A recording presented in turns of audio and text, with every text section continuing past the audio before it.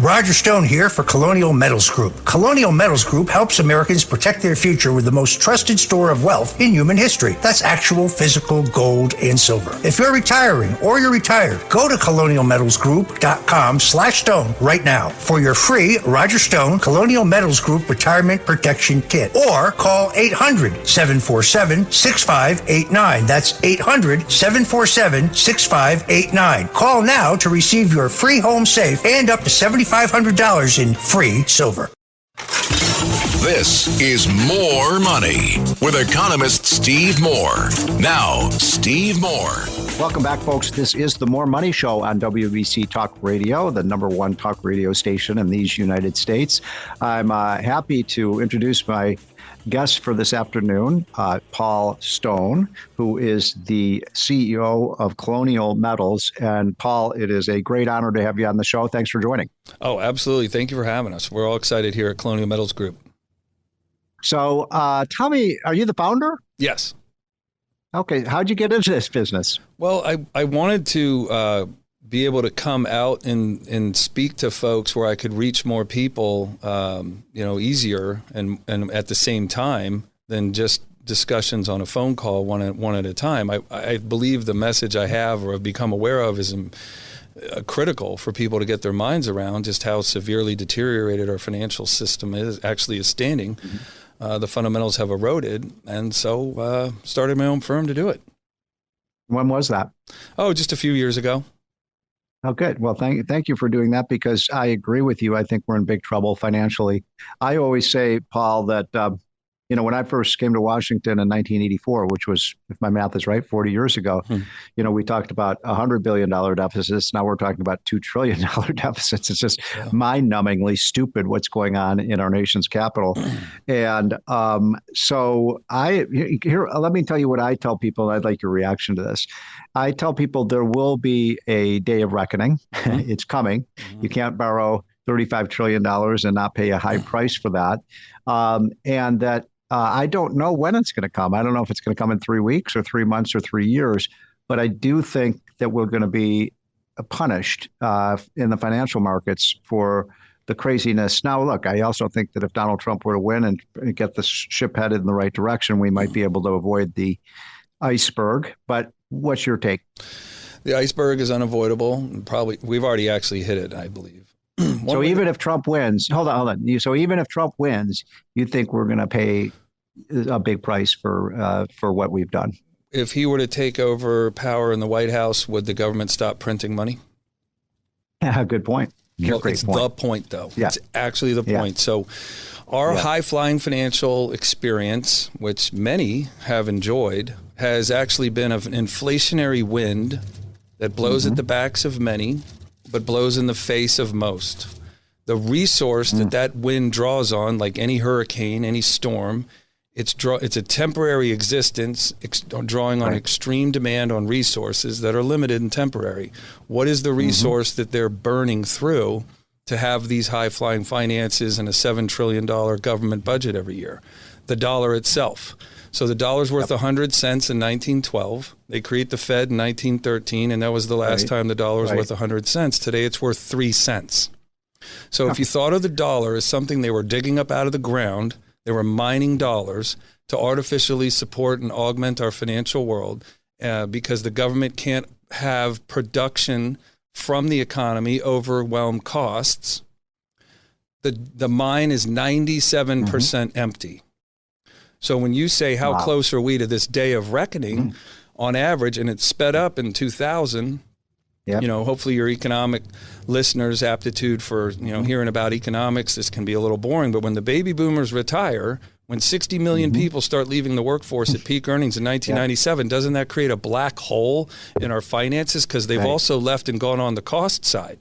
Government could have foreseen that. Einstein said the mind that created the problem does not possess the solution. How could we have offset the baby boom population bubble like a volleyball going through a snake? It was nice and lovely while it was in its belly, but then eventually it comes out the back end, and now you have a system that can't cover the cost to run the show.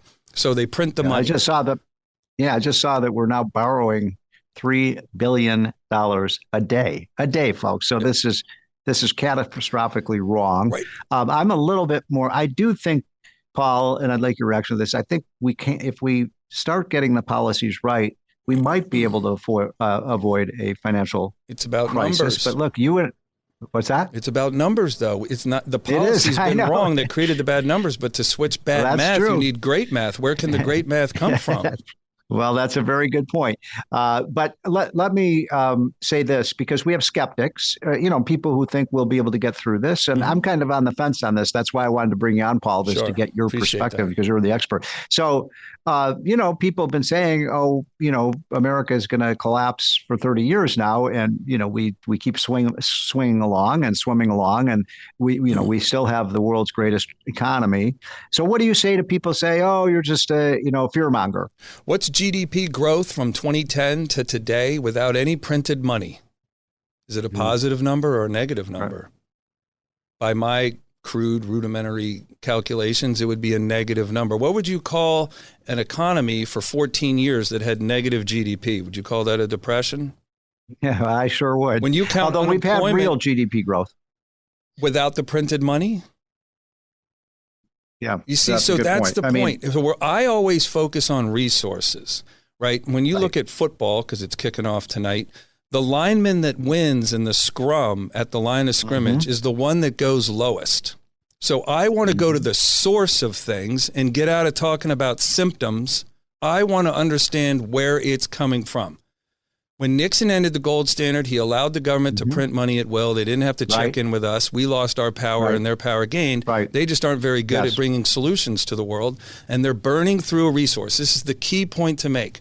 The storm exists as long as it has that resource it's drawing on. When the dollar's worth zero, what's your economy then? Then you have nothing. But So that's Paul- what we're headed Paul, toward. Yeah. So I'm talking to Paul Stone, who is the CEO of Colonial Metals and one of the experts on owning gold and owning other assets besides dollars. So let's talk about what's going on in the currency market. First of all, what do you think of cryptocurrencies? What's your thought about that? It's an incredible invention. I understand that blockchain is, a system that has a checks and balances built into it that works randomly to where you could never falsify a transaction. But when we look at the government issuing a currency and the government's in charge of currency, I think we're just changing the flavor of money for another set of problems the government will create. And also there's many dependencies. If we're comparing crypto to gold and silver, crypto lives in your phone, and we all live in our phones, and that's where we do all of our transactions. So it's convenient and nice, hand in glove with what we're used to. That's where the problems live, though, is in the digital financial world. Yeah. When we move our money into gold and silver, we've left for the analog world where that absolutely becomes my financial property. And I don't have the dependencies on my gold and silver like I would with money in the digital financial world or crypto. So I always tell people, my listeners, that everybody should own gold in their portfolio. That it's just gold, in my opinion, Paul, is first of all, it's a safety net. It's a measure to protect you against war and against financial collapse and against an inflationary currency, all of which are risks right now. So, and we've just seen gold hit basically a new high, right? Do you see that continuing to, where are we now? What's the price? 2,500? Yeah, it's in the 2,500 neighborhood. Yes. Yeah. So how, looking in your crystal ball over the next 5 years, what are you projecting roughly? When we look at the dollar being worth 56 cents in the year 2000, and it's worth 2.7 cents today, right? We maybe have a year and a half or 2 years, just mathematically on the averages, no crystal ball, just looking at the math story. Math is a language that cannot lie. Then a year and a half, 2 years from now, our currency is literally toilet paper with a face on it. And I don't even want to get into, the doom and gloom that creates, right? So if gold and silver is a trapped asset. If that happens, then you're going to see the gold price rise, obviously. It's a trapped asset. It's a substitute. Yep, it's really hard to find. The minor reports say we're only adding 1% to the above ground supply every year. And you might think the earth is covered in it, but let's remember that 70% of the earth is covered by an ocean. And no one's raising money to go drilling for gold and silver on the bottom of the ocean floor. So we're going to be stuck to the land masses, and we got ground penetrating radar and all the. So we're finding it as fast as we can. The world has always been seeking it, and we add 1% to the above ground supply every year. So that's a physical law that keeps it scarce. With Bitcoin, so if there's 21 million Bitcoin, right. can there be 42 million Bitcoin? Can there be 84 million Bitcoin? Who's controlling that? I don't know. You can tell me it won't happen, but in the law of physics, gold and silver creation cannot happen faster than it's happening. So one question I get asked a lot, Paul, is if I'm going to buy gold, how do I do it? What do I do? Do I buy gold mining stocks? Do I buy gold bars and put them in my basement? Do I buy certificates? What do you recommend to people? You know, I'm not a financial advisor. I'm not a trained economist. I'm just a layperson that's done a lot of research, and I'm always open to someone correcting my research with something proven, not just people's opinions, because I'm looking at math for the opinion. And math, again, is a language that cannot lie. So what do I think will happen? Well, you want to own the physical gold and silver. You want to remove all the dependencies off your money that you can possibly think of. You may not even want to own gold and silver minted from the U.S. Mint. Why continue to invite them into your finances if you have other options and you can avoid that? Right. So what do you buy then? You buy gold bars, or there's many different assets, and there's different types of gold and silver, and that's a great conversation we have one-on-one with people. Those conversations can be 30, 40 minutes long. So I invite people to find us online or how do they do that? Yeah, colonialmetalsgroup.com, or we also have a special page built just for WABC listeners, Colonial Gold Guide. colonialgoldguide.com. I'm sorry, colonialfreegoldguide.com. Okay. And do people pay a charge for that consulting? No, we are here to help. Yep, we're here to help. Okay.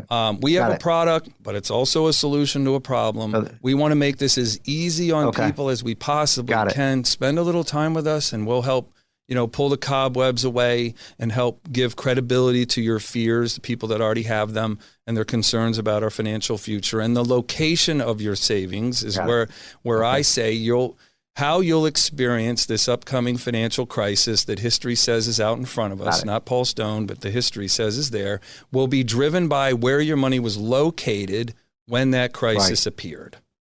So 2 quick questions on our way out. I've been talking to Paul Stone, who's the CEO of Colonial Metals. First question is, we did have a financial crisis in 2008, as you recall. How did gold do during that? Did people with gold protect themselves from that crisis? So if you're coming into gold and silver, what I call the headlines phase, we saw headline warnings in 06, 07, 08, that things were not looking good, right? Yeah. And of course, we're all suffering this 08 issue a lot in many ways because of Bill Clinton's decision in the 90s to allow lending institutions to lend 10 times the amount of money that actually existed in their domain. So that's money printing, right? Yeah. So then we have this extreme chase after real estate. Bush is enjoying all these high-flying financial times, and it crashes right at the end of his presidency. And gold and silver flourished during those years. And I also liken gold and silver as a bridge from the cliff we're going to fall through, and the valley you're going to have to wait and walk through, and the cliff you're going to have to climb back up again. Gold and silver is the bridge over those cliffs. If you've left before the crisis begins, before the events phase begins, you've got a bridge over that chasm. When you're on the other side, the sun's shining again, you come out of gold and silver. Yeah. So I'm not as pessimistic as you are, but I do think that we are in big trouble. And that's why I wanted to bring you on, Paul, to explain to people, how we deal with these, the tsunami that may be coming and may already be here. We've seen just, in the last 4 years, prices rising by 20 to 25%. And I think actually higher than that if they did an honest accounting. One last thing, Paul, if I may, on our way out. And I think so. Thank you so much on a Saturday afternoon for taking some time out to educate our listeners. Silver. Should we own silver? Absolutely. When we just look at the charts, and again, no financial advice, no financial wizardry, no projections, really. We just look back at the charts. It seems that gold moves steadily during the headlines phase. And if you look now, it's beyond its all-time high set in 2012. So when we're looking at gold during Carter's inflationary period in 75, 76, it's around 200. And it's 600 when Reagan takes office. Wow. Right. You look at that watermark set by the horrific set of circumstances that all was about. And gold watermarks around 600. It was about 600 for a year, right? Silver moves, nicely leading up to that inflationary period. But when the damage starts occurring, silver goes from 4 into the 40s. So silver, by the time a human being comes to this conversation thinking, oh my gosh, my spidey senses are tickling, I'm worried here, I better do something about it. Right. Gold is already confirming for you, the trouble is in. Right? Because when 08 starts, gold is around 700. That's higher than the watermark set at the end of Carter before the wheels fall off things in 08, and it peaks up at 2000. Okay. So silver has a lot more runway out in front of it. What do you mean by that? Meaning that it doesn't move as much during the headlines phase. When the events kick off, then it runs hard. So silver's proximity to its all-time high is about halfway there. Gold's already beyond its all-time high. You're looking at gold for the confirmation that, yes, we have troubles out ahead of us, but own more silver than gold. Oh, well, that's great. Great analysis. My guest this afternoon has been Paul Stone of Colonial Metals. Paul, can you come on again in a few weeks and keep us informed of what's happening? We got gold at 2,500. I mean, Lord knows. I mean, if you're right, we may be looking at gold at 5,000 sometime soon. I mean, is that preposterous, or do you think we could go to 5,000? How is it we come to normalize thinking around Bitcoin once hit 70,000? Yeah, that's a great point. So, if gold and silver is also a trapped asset, if money slams against demanding owning it and we can't make more of it, then wouldn't the price go up? And if you're looking at maybe the end of the run from Nixon in 71 to now, we had a 56 penny dollar worth 56 cents in the year 2000. It's worth 3 cents. When that financial video game ends, this artificial financial world ends, based on the resource it's drawing on is exterminated. Money crowding into gold and silver in a massive way. Gold could be 5,000, 10,000, 20,000. Why not?